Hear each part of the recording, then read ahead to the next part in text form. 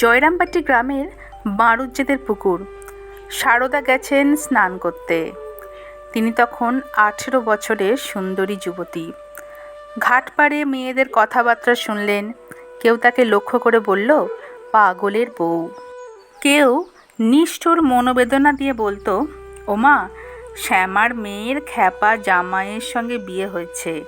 কেউ বলতো, ওর বর উন্মাদ, উলঙ্গ হয়ে ঘুরে বেড়ায় আর মা করে। স্বামী নিন্দা সহ্য করতে না পেরে সতী দেহত্যাগ করেন। তাই সতী সারদা গাঁয়ের গুজব যাচাই করতে চাইলেন। চক্ষুকর্ণের বিবাদ ঘুচাবার আশায় পিতাকে সঙ্গে নিয়ে চললেন দক্ষিণেশ্বরে। 60 মাইল পথ পার হলেন 5টি নদী, আমোদর, দ্বারকেশ্বর, মুণ্ডেশ্বরী, দামোদর ও গঙ্গা।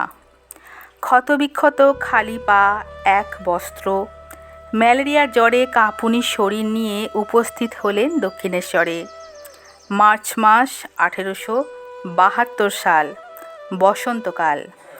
দক্ষিণেশ্বর শ্রীরামকৃষ্ণের ঘর। রাত 9টা। শ্রীরামকৃষ্ণ নিজ খাটে উপবিষ্ট।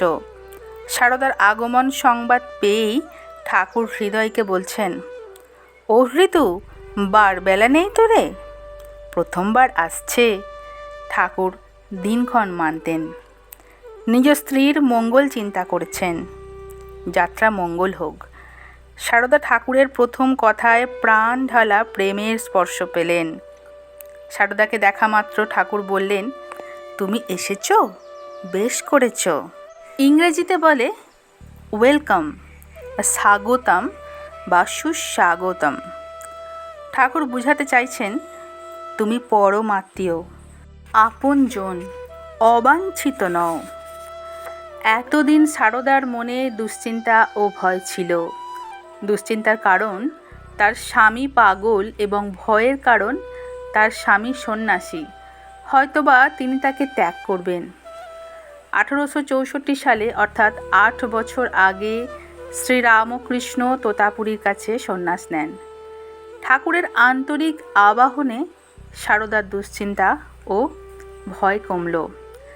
ঠাকুর পার্শ্বস্থ এক ব্যক্তিকে বললেন, ওরে, মাদুর পেতে দে। ঠাকুরের ঘরে তো আর গদি, চেয়ার বা সোফা ছিল না। ঠাকুরকে প্রণাম করে মেঝেতে বসা মাত্র ঠাকুর যখন শুনলেন যে সারদার গায়ে জ্বর, তখনই তিনি ঔষধ ও পথ্যাদির ব্যাপারে অতিমাত্র উৎকণ্ঠিত হয়ে উঠলেন। তারপর সখেদে বললেন, তুমি এত দিনে এলে, এখন কি আমার সেজবাবু অর্থাৎ মথুরবাবু আছেন যে তোমার যত্ন হবে? আমার ডান হাত ভেঙে গেছে। অর্থাৎ মথুরের দেহত্যাগ হয় 16 জুলাই 1871 খ্রিস্টাব্দে, অর্থাৎ 8 মাস আগে। ঠাকুরের খেদোক্তি শুনে মনে হয় তিনি যেন অ্যাপোলজি চাইছেন। তিনি হয়তো মথুরের মতো সারদার সেবা যত্ন ঠিকমতো করতে পারবেন না। মথুর বেঁচে থাকলে রাজকীয়ভাবে তার সেবা করত। প্রথম দর্শন ও আলাপাদির পর সারদার নহবতে চন্দ্রমণির কাছে যেতে চাইলে ঠাকুর বললেন, না না, ওখানে ডাক্তার দেখাতে অসুবিধা হবে, এ ঘরেই থাকো। এ কথা শুনে সারদা আশ্বস্ত হলেন। তিনি বুঝলেন যে তার দরদি স্বামী তাকে ত্যাগ করবেন না। নমস্কার। জয় মা।